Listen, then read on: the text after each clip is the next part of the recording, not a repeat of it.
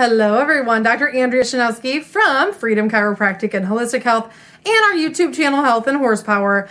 I am coming for you today because I wanted to share some more weight loss secrets.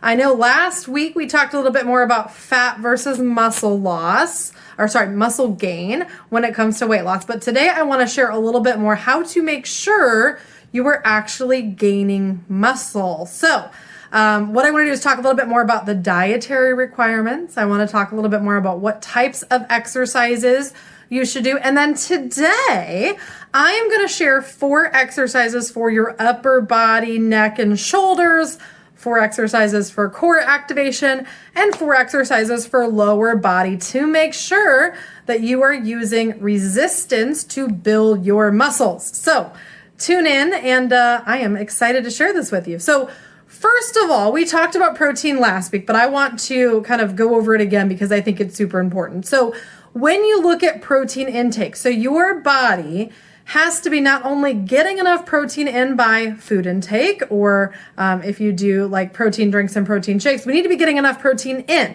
We need to be digesting that protein properly because your body uses that protein to build your hormones, your enzymes, your neurotransmitters for your mood, as well as using that protein to build your muscles so you can increase your metabolism for better weight loss. So ideally, I recommend a bare minimum of 75 grams per day of protein just to maintain what your body needs for your hormones and everything else.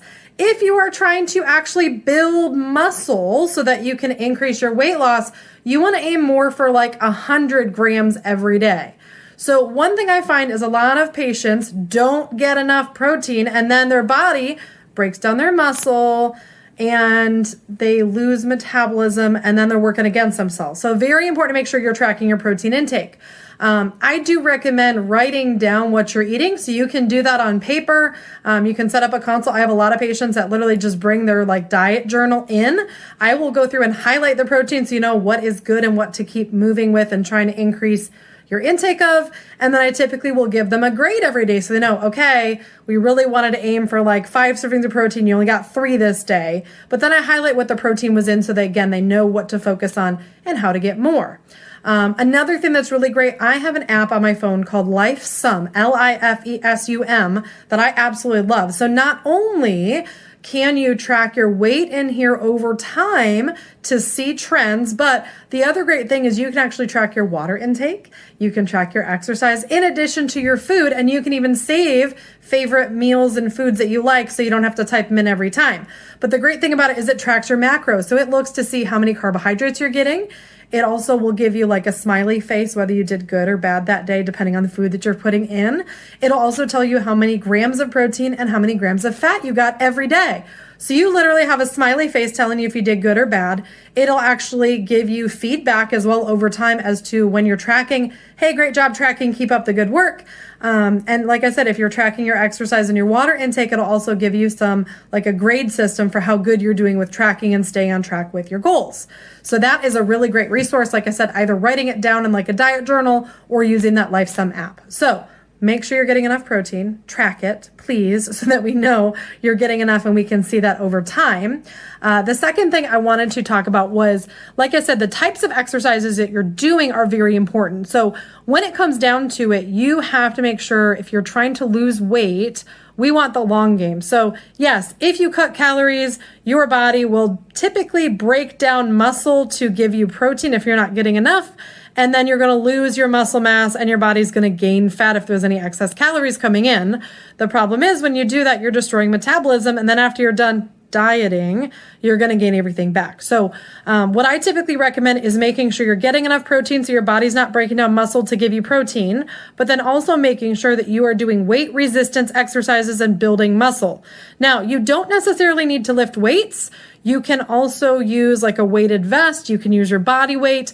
There's also these really great sand weights that you can wear on your ankles and your wrists to help give a little bit of resistance, like 1 or 2 pounds, so that as you're walking and going about your day, you're actually doing weight resistance exercise, just existing and doing what you're supposed to be doing. But it really comes down to making sure that you are gaining muscle, not just one area of your body, but every single area.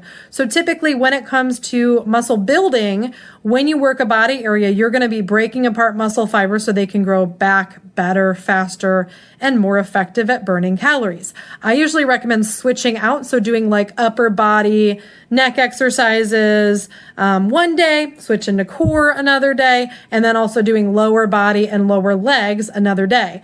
Typically, I say give your body at least 2 to 3 days of rest in between. So say you do workouts 3 days a week, guess what? Do arms one day, do core the next, and then do lower body the other day. But like I said, I'm going to demonstrate 4 exercises for each of those areas using weight resistance, like your body weight. You can also use like actual weights or even like weighted vests and things like that. But I'm going to show you easy ways that don't need special equipment that you can do at home so you can start on your weight loss journey today. So tune in. I'll be back with that.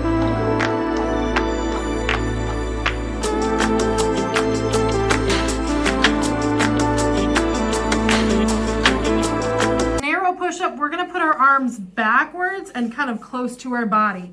And what you're going to do is, as you're doing this push-up, you can put this anywhere from your shoulders down, but you are basically doing a narrow stance. So you're using your tricep muscle to lift yourself up in a push-up. You can do a girl push-up on your knees, or you can do a full push-up on your toes. But as you're doing this, you are using the muscles on the back of your arm.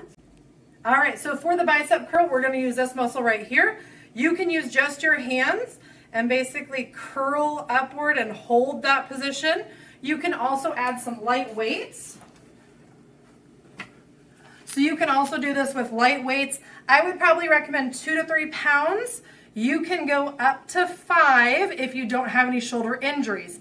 If you have shoulder injuries, you might want to keep it more at like a 2 to 3 pound weight. But for this, we're going to keep our elbow tight to our body. We're going to keep our elbow at 90 degrees, and then your hand and wrist is going to be parallel with the ground. You're going to pull up and extend. Pull up and extend. The slower you go, the more muscle you're going to build. Taking our shoulder blade and shrugging it down towards our side and pinching our love handle. So if you have trouble with this, if you think of shrugging your shoulder up and then pulling it the opposite way down, you're going to see that muscle contraction and feel that right below the shoulder blade. So you can do a shrug up and then shrug down, or you can just go from neutral, press down, relax, press down, relax. So your shoulder muscles underneath the shoulder blade are actually what's pulling that shoulder downward. Special motion. We're going to start in front. We're going to pull our arm back. Ideally, we want it to be level with our shoulder, but if you have shoulder pain, you can keep it a little lower. So we're going to pull back, and then we want to rotate.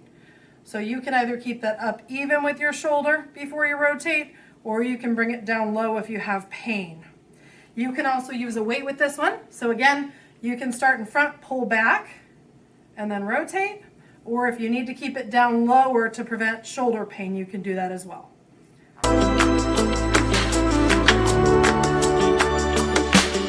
No weights with this at all, or we can actually use weights with this one. So there's 2 different ways to do this. If you don't have access to an ottoman or a stool or a chair or even like an exercise ball, you can just simply lean over forward. We want to keep our shoulders downward and relaxed. We're going to start with our hands in front of us, and we're going to pull back and squeeze our elbows together. So if you were using weights, you would be leaning over, again, keeping your neck and back upright, shoulders down. You're going to start with those in front of you and squeeze your elbows backwards. If your elbows are flaring up, you're doing it wrong. We want our elbows down to our side, squeezing the lower shoulder blades together. You can also do this on an exercise ball. You can do this on an exercise ball or an ottoman.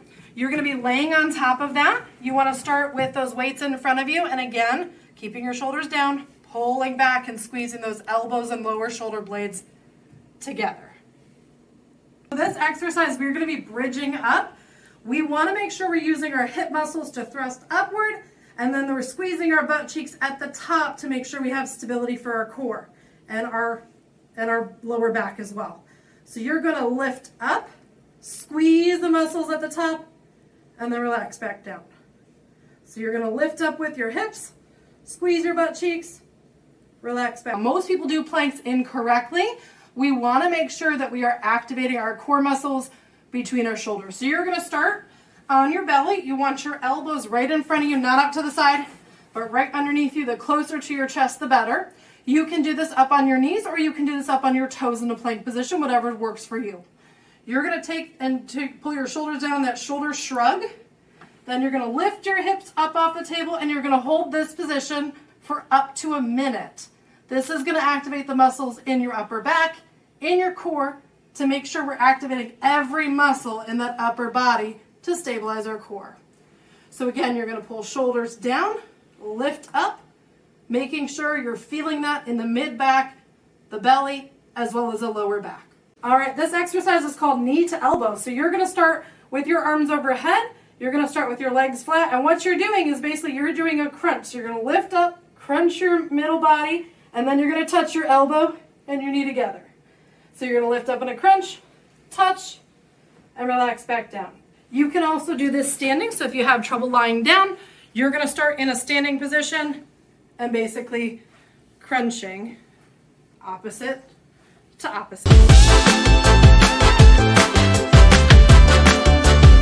This exercise here is for knee squeezes. This is gonna strengthen the inner knee. You wanna take a pillow, a ball, a rolled up sweatshirt, whatever you have. You're gonna put it in between your knees. I would recommend sitting down for this one initially, and then as you get some more strength, you can stand with it as well. But what you're doing is you're gonna squeeze your knees together.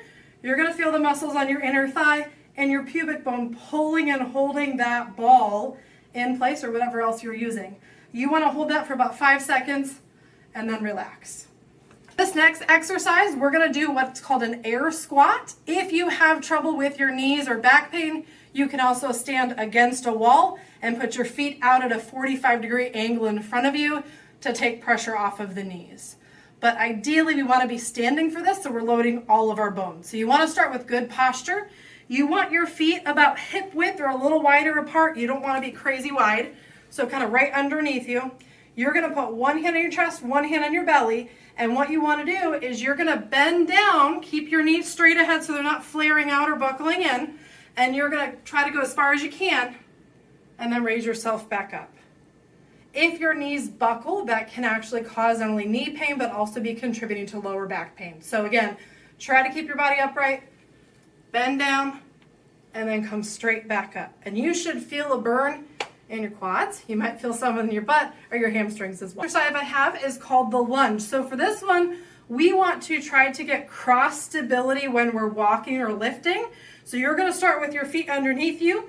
You're gonna step forward with one foot, and what you wanna do is you wanna lunge down, touch your knee to the ground, and then come back up and back to your starting position, then switch sides. So you're gonna step forward, make sure it's right in front of your body, not off to the side.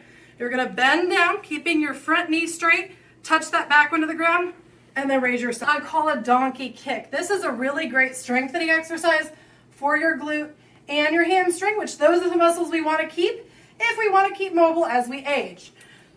This exercise here, you're gonna start on all fours, and what you're gonna do, and if you have trouble on all fours, you can start on your belly as well, is you're gonna be lifting your knee up and kicking that upward at an angle.